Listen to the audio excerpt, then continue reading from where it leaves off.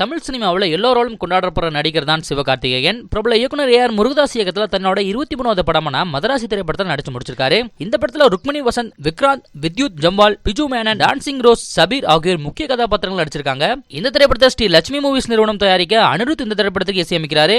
மதராசி திரைப்படம் வருகிற செப்டம்பர் 5ஆம் தேதி திரையரங்கில் வெளியாக இருக்கு. இந்த படம் கஜினி மாதிரி திரைக்கதையும் துப்பாக்கி மாதிரி ஆக்ஷன் காட்சிகளையும் கொண்ட படமா இருக்கும் அப்படின்னு ஏஆர் முருகதாஸ் பேட்டி ஒன்றில் தெரிவிச்சிருந்தாரு. இந்த நிலையில மதராசி படத்துடைய கதைக்களம் குறித்த தகவல் வந்திருக்கு. அதாவது மதராசி திரைப்படம் ஒரு அதிரடியான காதல் கதை. தமிழ்நாட்டில் பணிபுரிகிற ஒரு சிறப்பு குழுவுக்கும் சக்தி வாய்ந்த வட இந்திய மாஃபியாவுக்கும் இடையே நடக்கிற மோதல் தான் இந்த திரைப்படம். இந்த மோதலுக்கு இடையே காதல், பழிவாங்குதல், தியாகம் போன்றவை ஆழமாக இருக்கும் அப்படின்னு தகவல் கிடைச்சிருக்கு. இதையெல்லாம் வச்சு சிவகார்த்திகேயன் ரசிகர்கள் படத்தை கொண்டாடிட்டு வராங்க.